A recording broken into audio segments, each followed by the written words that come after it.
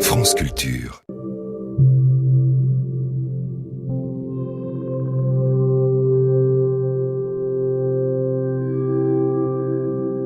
Les nuits de France Culture.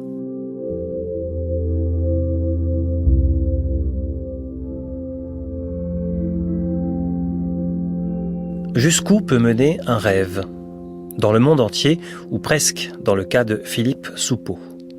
Le poète surréaliste, ami de Breton, nous conte son cas étrange dans cette émission de 1955. Un rêve récurrent dans lequel il tente d'atteindre un cheval, sans jamais y parvenir. Cette poursuite onirique l'emmène à la découverte de contrées extraordinaires, des contrées qu'il retrouve bien souvent, plus tard, à l'occasion de voyages, cette fois-ci bien réels. Chez Philippe Soupeau, le rêve est partout. Il ne se limite pas à la nuit et au sommeil.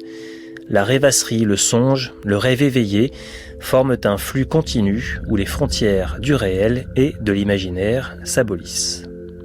Une rêverie devant la neige qui tombe déclenche une vocation poétique.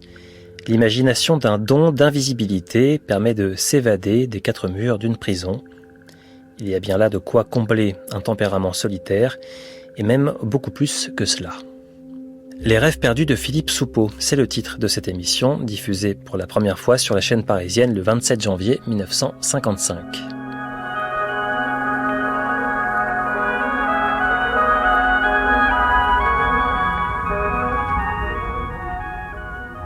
Le bureau des rêves perdus.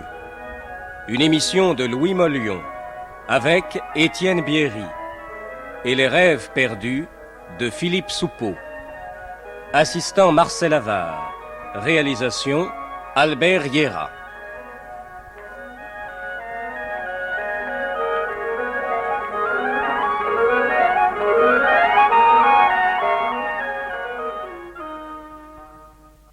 C'est au cœur du quartier latin que je voudrais vous conduire ce soir à la poursuite des rêves de Philippe Soupeau.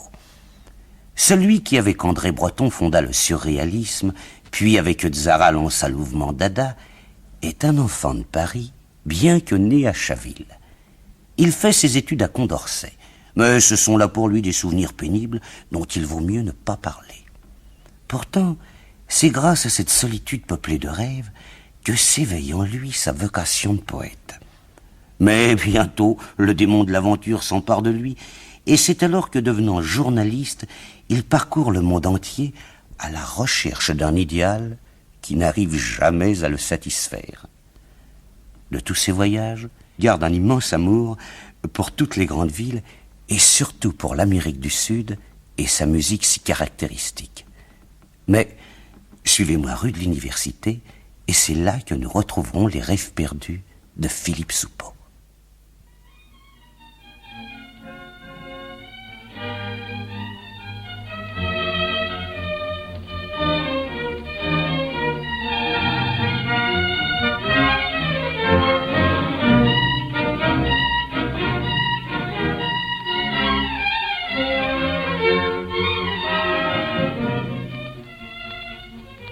Je m'appelle Philippe.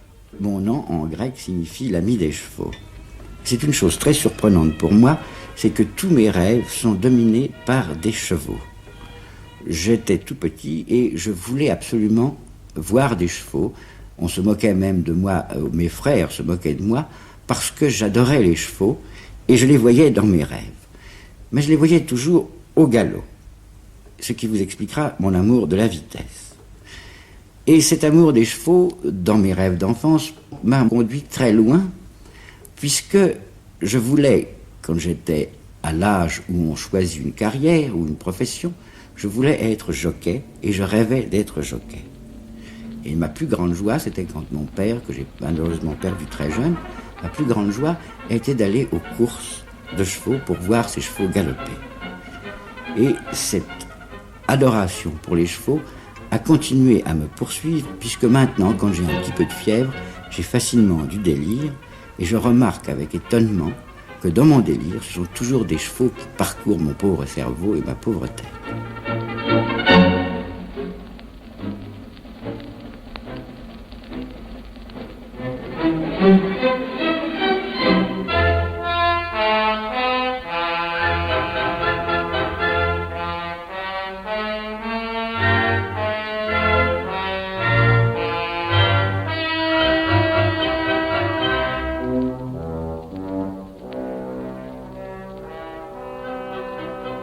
Je contre-rêvais, si je puis dire.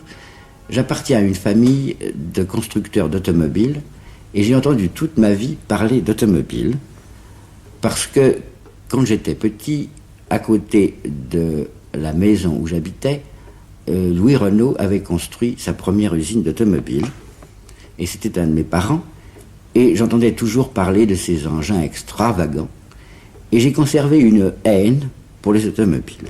Je ne peux pas supporter les automobiles et j'ai même, chose extravagante, alors que je n'ai absolument pas peur en avion, chaque fois que je monte dans une automobile, j'ai une espèce de crainte. Et par conséquent, quand je pense à mes cauchemars, c'est surtout à des cauchemars d'automobile. Il faut vous dire que j'ai eu 7 accidents, dont 3 ont entraîné la mort.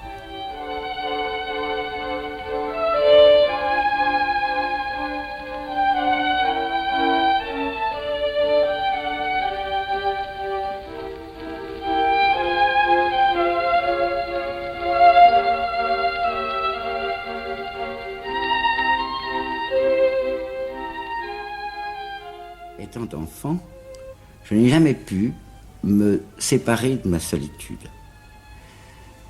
Je crois que ça tenait à ce vice que mon ami Valéry Larbaud a appelé ce vice impuni de la lecture, c'est que je lisais trop et même énormément, et que un mot de ma mère me revient, elle disait « Oh, Philippe est facile à élever parce que on n'a qu'à lui donner un livre et il est sage ». Eh bien, je dois dire que quand je réfléchis à ces lectures, je pense que c'était des lectures de rêve.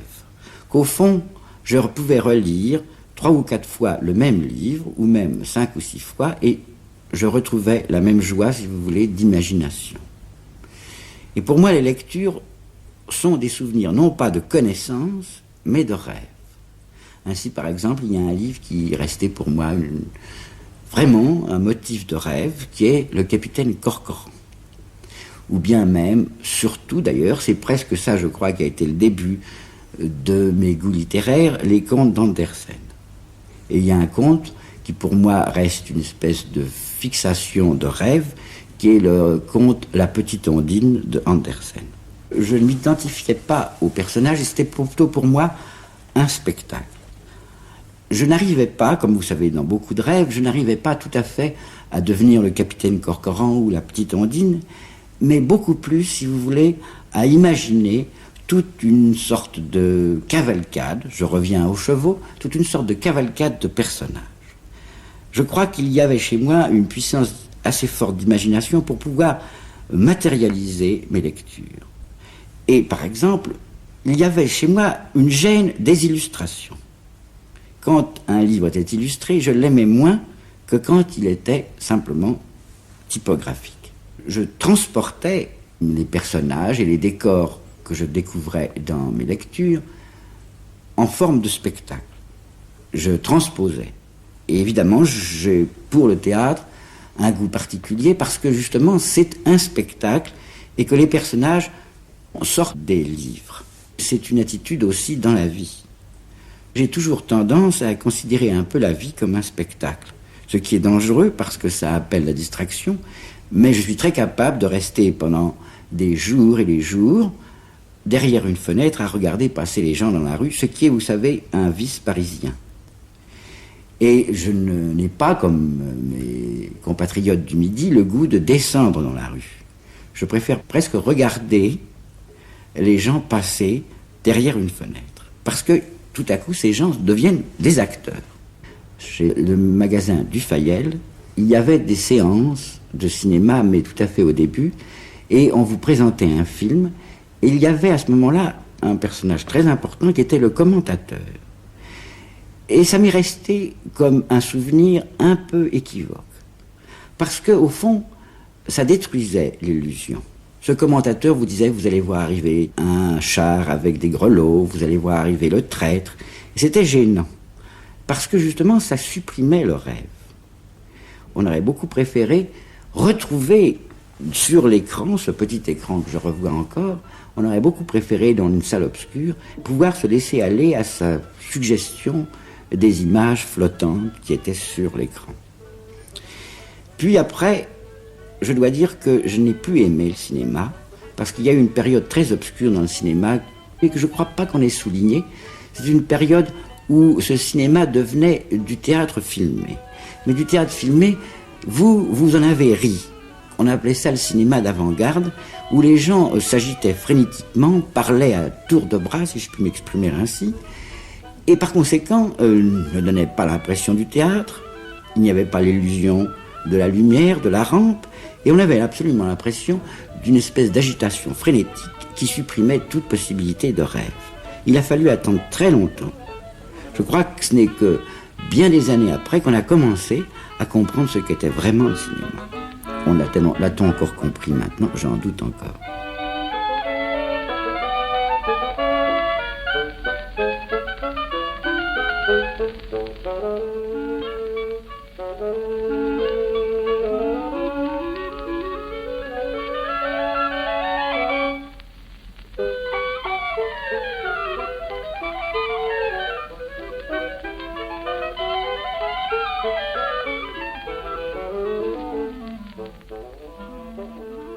C'est sur un rêve que toute ma carrière poétique a été déclenchée.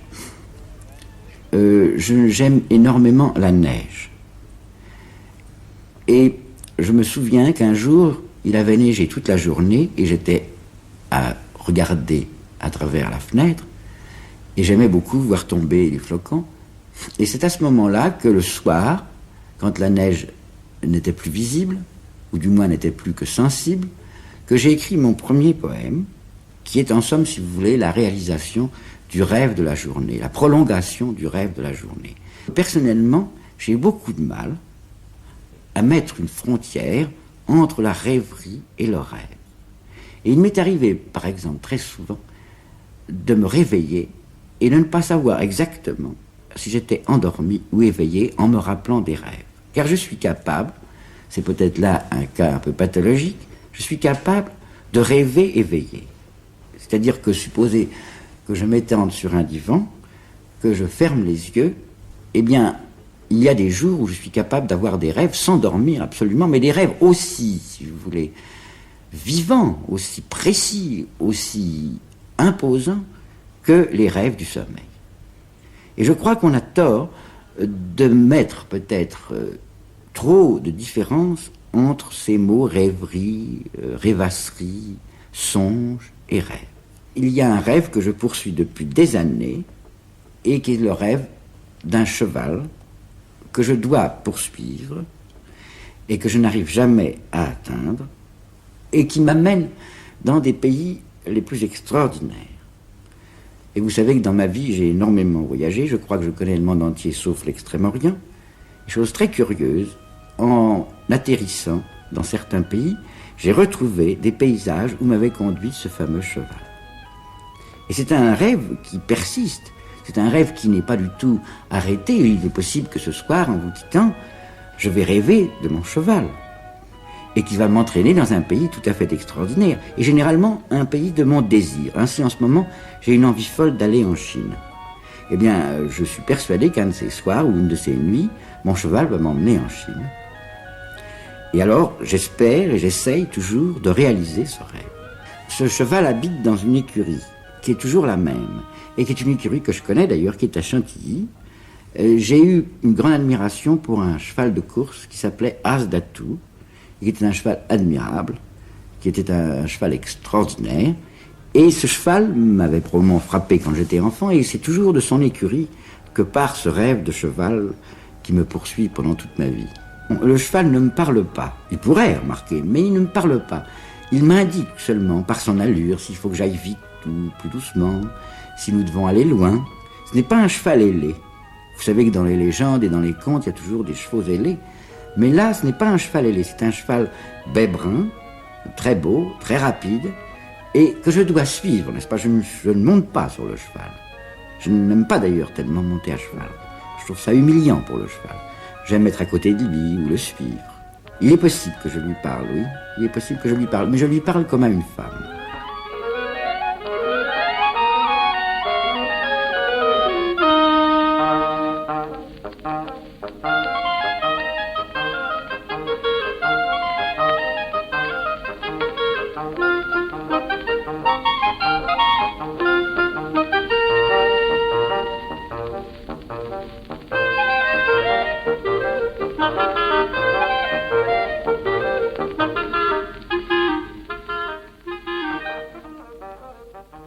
j'ai une passion pour les femmes, et je dois dire pour le côté féminin des femmes. Et l'aspect féminin est une chose qui pour moi est extraordinairement émouvante.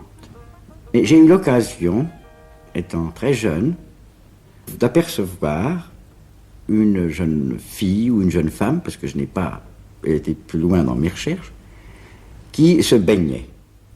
Et ça m'a énormément ému. Je crois que j'avais 11 ans. Et ça m'a énormément ému. Et cette image est une chose qui existe encore au fond de moi-même. Et j'ai toujours recherché, n'est-ce pas, dans toutes mes démarches, j'ai toujours recherché cette image de cette jeune femme ou de cette jeune fille que j'avais entrevue à l'âge de 11 ans. Ceci, c'est peut-être simplement une sexualité naturelle. L'élément féminin a une énorme importance. Et j'y attache non seulement de l'importance, mais j'y vais instinctivement. Je crois qu'il y a là une sorte de compensation contre la solitude. Mais c'est plus que ça. J'aime, si vous voulez, ce qui est féminin. Et peut-être est-ce, me direz-vous, assez naturel. Mais je crois que tout de même ça va un peu plus loin que ça.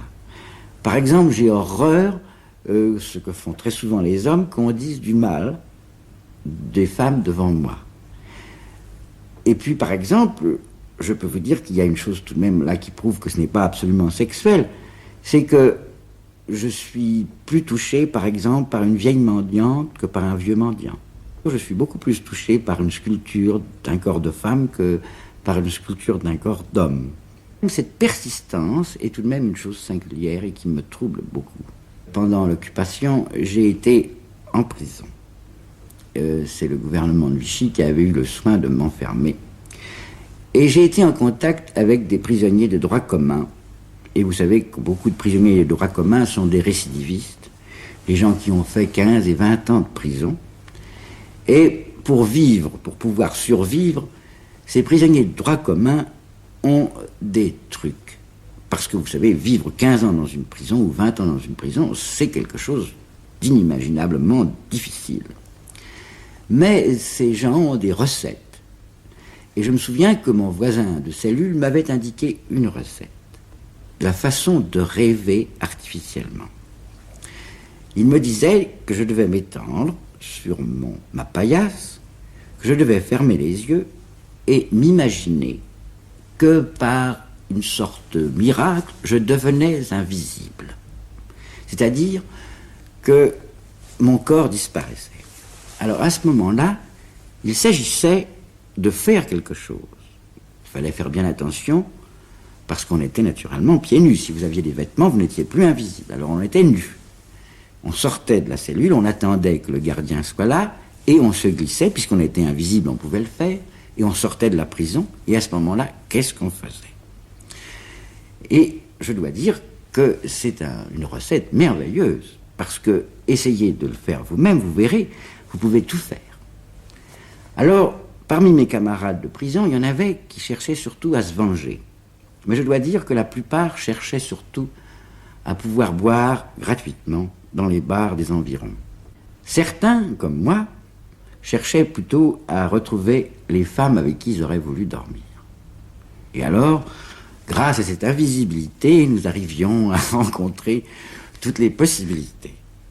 Eh bien, je dois vous dire que c'est une méthode qui me faisait passer mes angoisses et qui me donnait une espèce de distraction merveilleuse.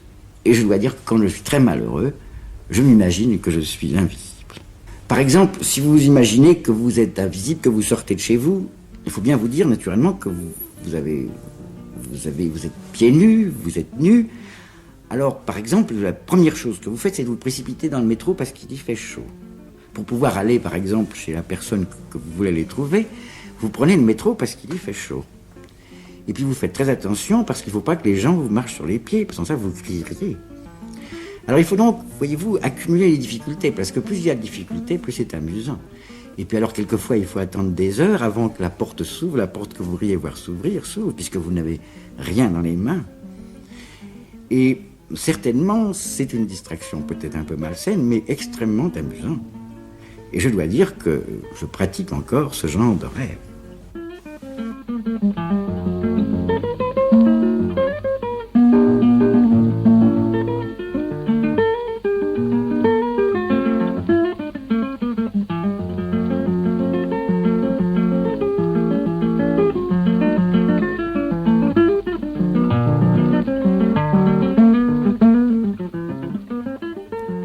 J'ai beaucoup sacrifié à l'amour des voyages. Je crois que justement ce cheval dont je vous parlais m'a conduit dans beaucoup de pays et j'ai cherché à réaliser mon désir de voyage.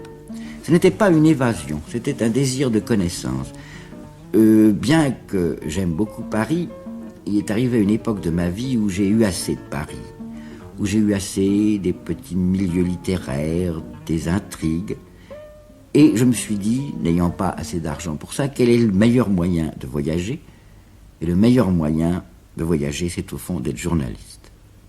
Je suis donc devenu journaliste, et je crois que depuis l'âge de 24 ans, je n'ai pas cessé de voyager.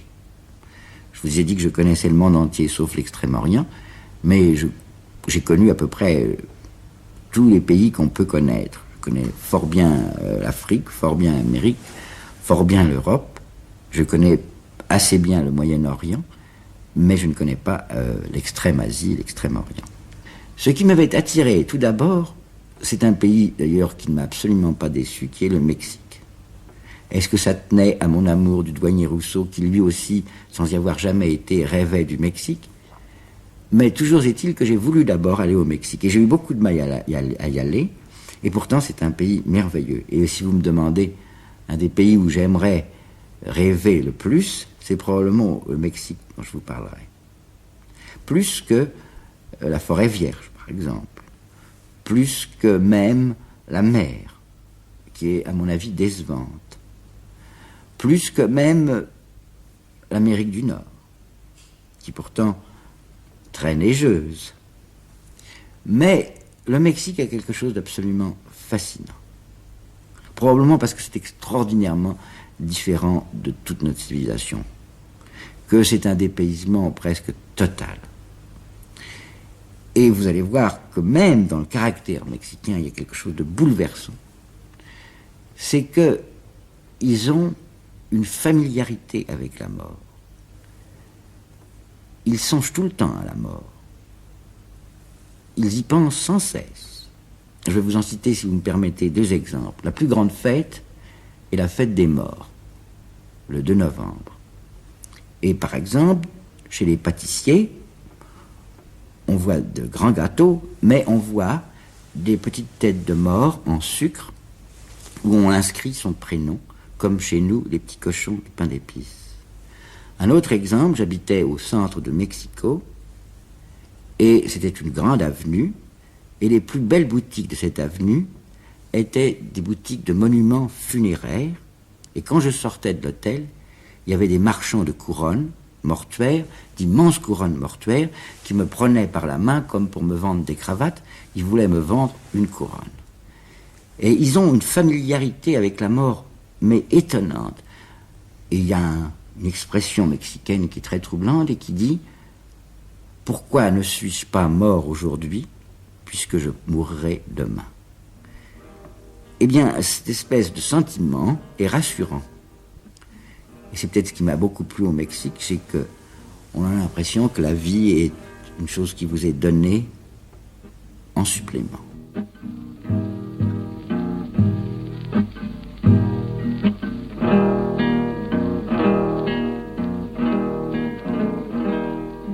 Maintenant, je dois vous dire qu'il y a d'autres pays que j'ai beaucoup aimés, mais alors c'est là où intervient une chose terrible. J'aime surtout les villes. Je suis un homme, si je puis m'exprimer ainsi, du trottoir. J'ai besoin des boutiques, j'ai besoin du macadam, j'ai besoin de la foule des gens, j'ai besoin du spectacle de la rue. Et au bout d'un certain temps, quand je suis dans la campagne, quelle qu'elle soit, j'ai une soif de retrouver l'atmosphère des villes. Et alors, dans ce domaine, il y a 2 villes qui m'ont beaucoup frappé, c'est Lisbonne et surtout Istanbul. Istanbul est une ville d'une beauté prodigieuse.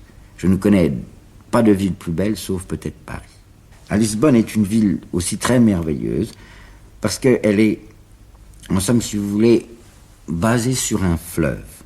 J'ai remarqué quelque chose de très curieux, c'est qu'au fond, les villes les plus séduisantes, les plus belles, sont toujours autour d'un fleuve, créées autour d'un fleuve. Par exemple, à Paris, vous avez la Seine, à Istanbul, vous avez le Bosphore, à Lisbonne, vous avez le Tage, Et à Londres, qui est une ville aussi que j'adore et que j'aime beaucoup, c'est la Tamise.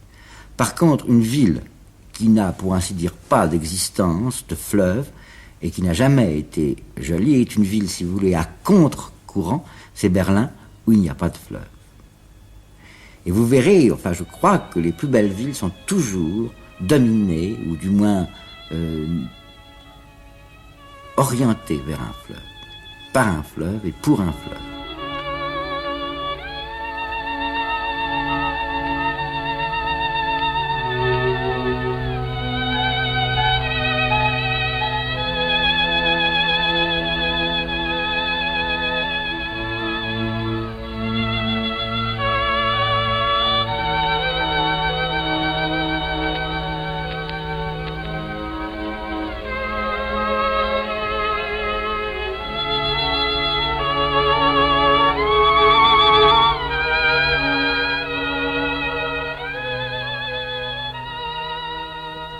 Il y a une chose naturellement passionnante en Afrique du Nord, en Afrique d'ailleurs en général, mais enfin en Afrique du Nord en particulier, c'est la présence, la proximité plus exactement du désert.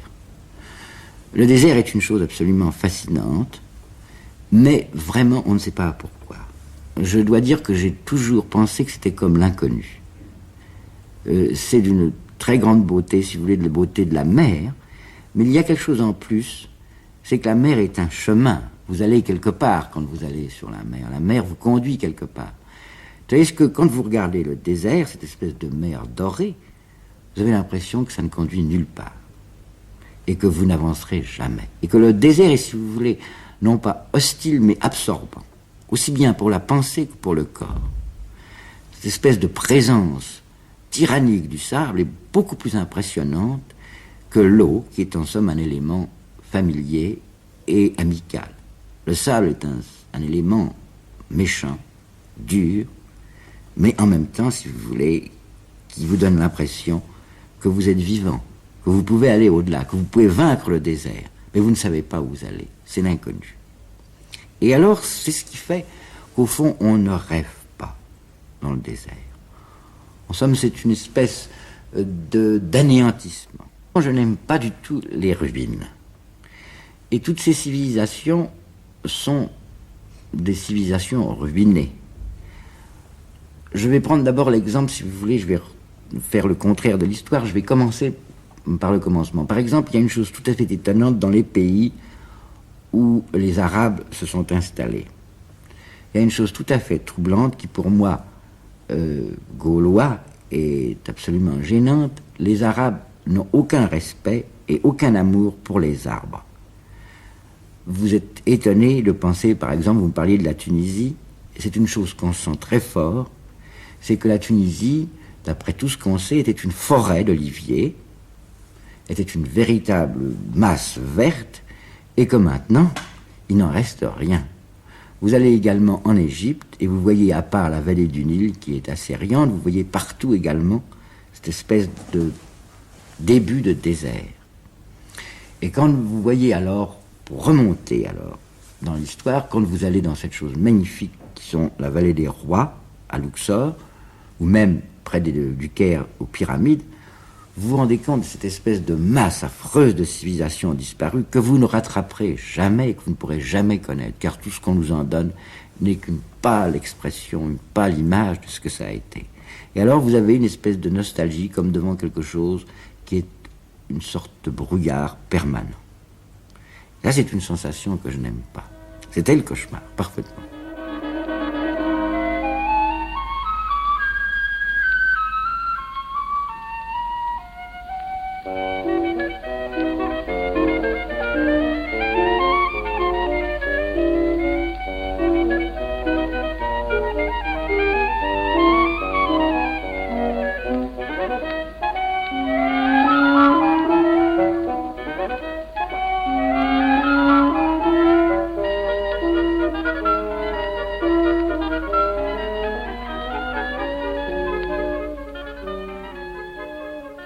La musique est pour moi, malheureusement, une sorte d'ami, plutôt que, si vous voulez, de fait.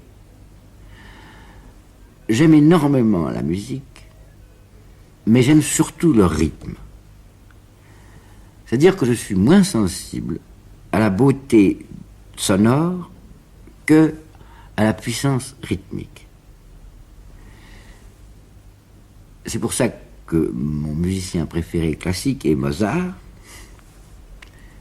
mais je dois dire que je suis très séduit, et alors c'est là où intervient probablement le rêve, parce que de même que les contes merveilleux sont des rêves, de même je crois la musique populaire, la musique folklorique sous toutes ses formes, est à mon avis également la traduction de rêves populaires et de rêves collectifs.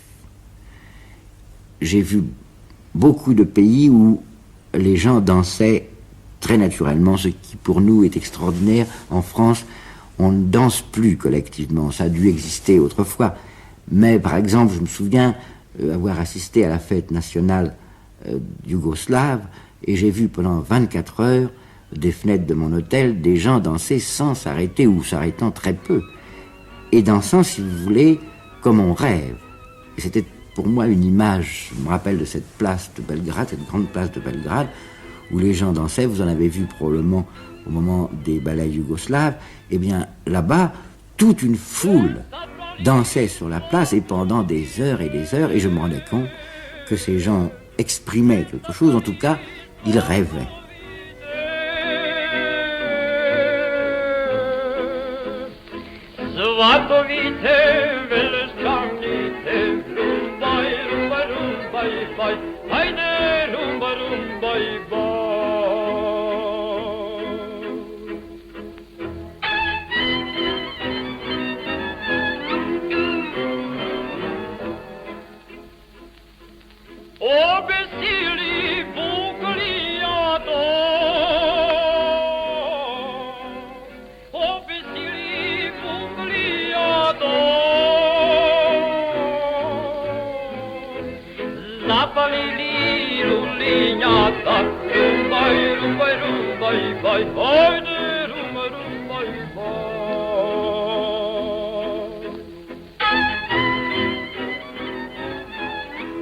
Non seulement la peinture m'a porté au rêve, mais je considère que si on ne sait pas rêver, la peinture est une opération mathématique.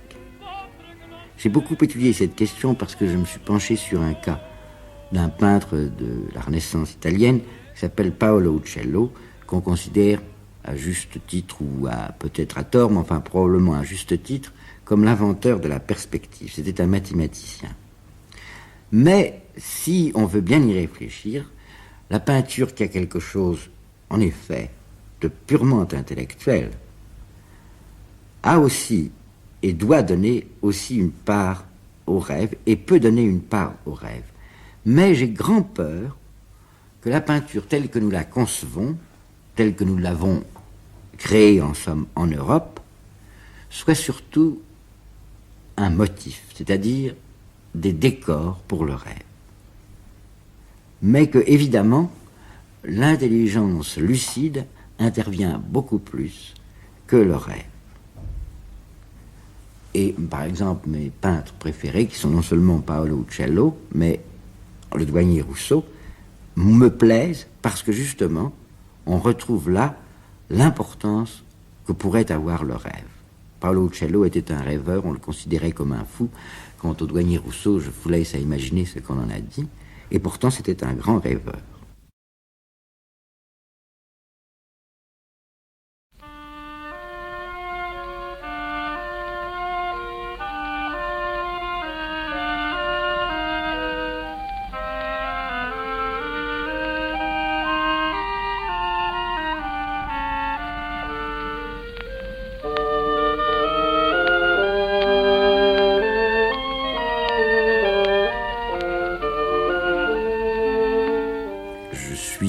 Peu formé par Apollinaire, parce que sous son apparence extrêmement cordiale, extrêmement joyeuse, Apollinaire était un homme profondément solitaire.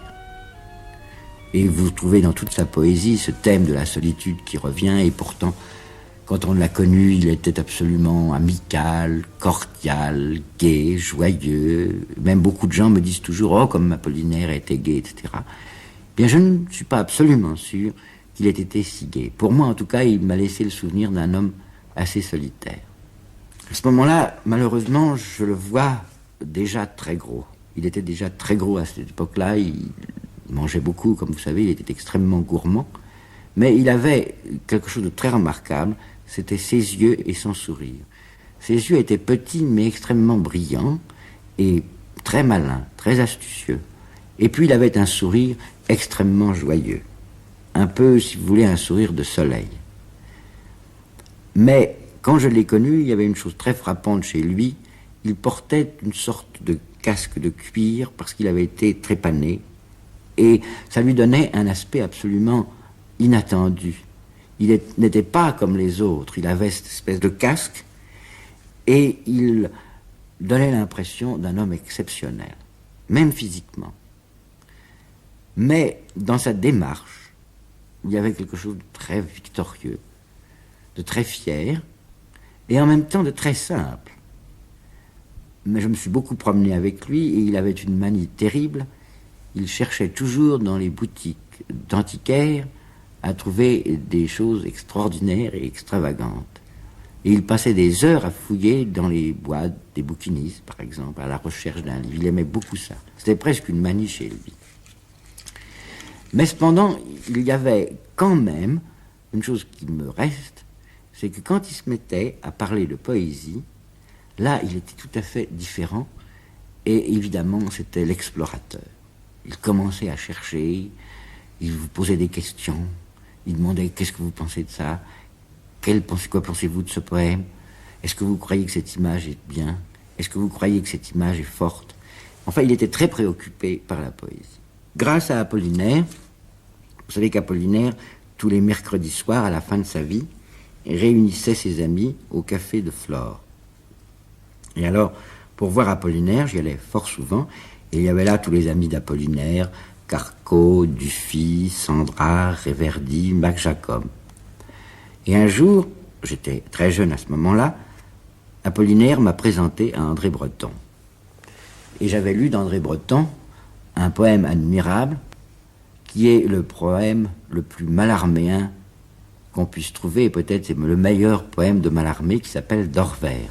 Et j'avais été très frappé par ce magnifique poème, et tout de suite, j'ai commencé à parler avec André Breton, et je dois dire que depuis ce moment-là, pendant plusieurs années de notre vie, nous nous sommes plus quittés, nous avons vécu, nous nous voyions tous les jours, et nous nous promenions ensemble, nous allions dans sa chambre à l'hôtel des Grands Hommes, où il venait chez moi, mais à ce moment-là, nous avons été vraiment des amis extrêmement intimes.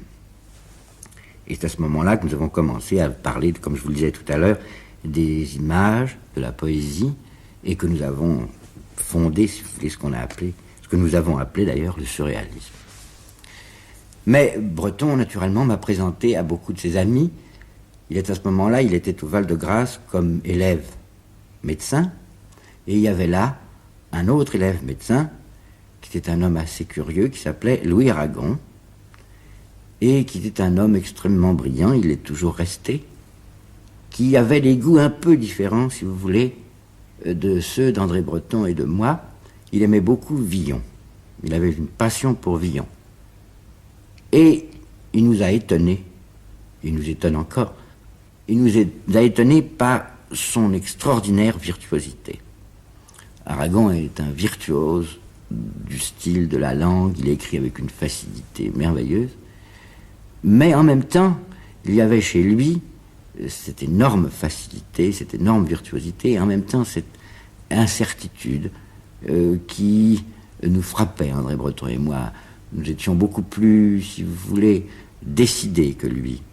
Et nous lui avons parlé à un des premiers du surréalisme, de nos essais, et il a, naturellement, immédiatement après, il a vu, comme nous disions, le système, et il s'est mis à faire des choses éblouissantes.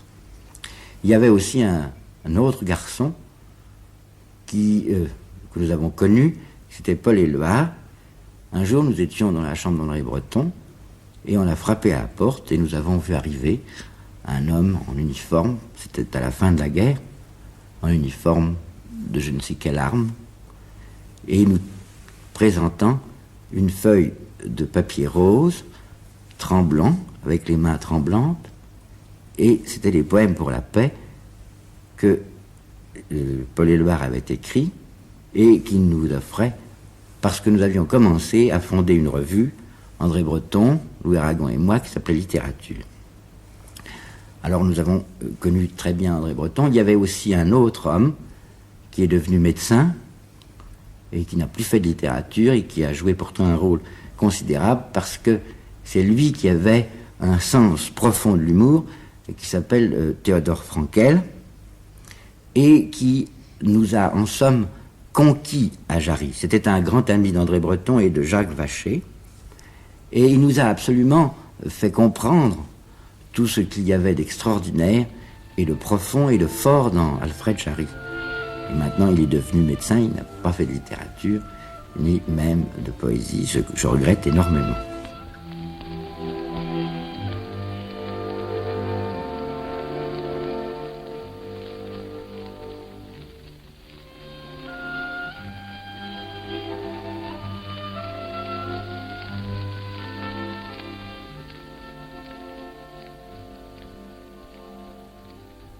Nous étions en correspondance avec un jeune homme qui habitait Zurich et qui publiait une revue et dirigeait un cabaret qui s'appelait Dada. Et nous avons vu arriver un jour à Paris, André Breton, Louis Aragon et moi, un petit homme très vif, avec des lorgnons, qui nous a donné l'impression d'une bombe. C'était Tristan Tzara. Et cette bombe n'avait pas cessé de se manifester, si je puis dire, d'exploser, quand nous avons commencé alors toutes ces manifestations à base de scandales, et je dois dire que Tzara était l'homme choisi pour le scandale. Il avait un génie du scandale. Et nous avons commencé alors à donner des manifestations où nous avons reçu force coups, et je dois dire que depuis ce moment-là, quelque chose naturellement a été changé, parce que de poètes que nous étions, nous sommes devenus, si vous voulez, des révolutionnaires. Je me rends compte que ces manifestations nous ont séparés de nos aînés immédiates. Par exemple, Apollinaire n'a pas connu ces manifestations, mais des gens qui nous avaient beaucoup impressionnés, que nous aimions beaucoup, des gens comme Reverdy, des gens comme Sandra, des gens comme Mac Jacob, nous en avons voulu de cette espèce de rupture que nous faisions. Vous savez que la manifestation Dada, on ne s'imagine plus ce que ça peut être, mais était absolument commentée comme des manifestations de fous, et je dois dire, nous étions injuriés quotidiennement dans la presse. Tzara a gardé les coupures, il y en a des volumes et des volumes. Je me souviens que, par exemple, dans première page du Petit Parisien, il y avait un article sur une de nos manifestations, et un jour, je vois ma concierge qui me regarde.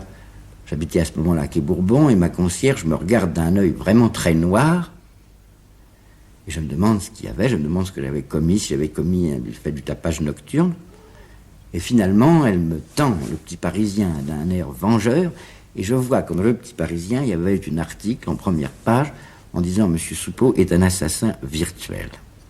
Et ma concierge n'avait pas compris ce que c'était exactement que virtuel, elle avait cru simplement que c'était un assassin d'un genre plus dangereux. Mais toutes ces manifestations, nous en sommes en quelque sorte brouillés avec les gens de la génération qui nous précédait. Ce qui fait qu'il y a une certaine coupure, et si vous voulez, je crois que si vous posiez la question à Reverdy ou à Sandra, ils ont gardé une certaine amertume de ça. Ils nous considèrent comme des gens qui n'ont pas joué le jeu, alors que nous n'avons pas cherché du tout à faire cette coupure, mais qu'elle s'est faite, en somme, si vous voulez, naturellement, et par l'explosion qui s'est produite à la suite des manifestations Dada, et puis encore du surréalisme.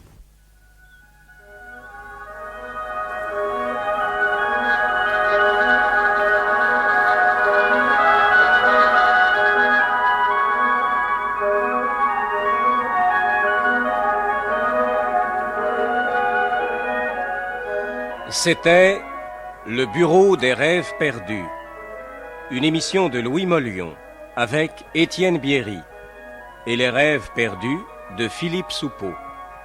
Assistant Marcel Avard. Réalisation Albert Riera.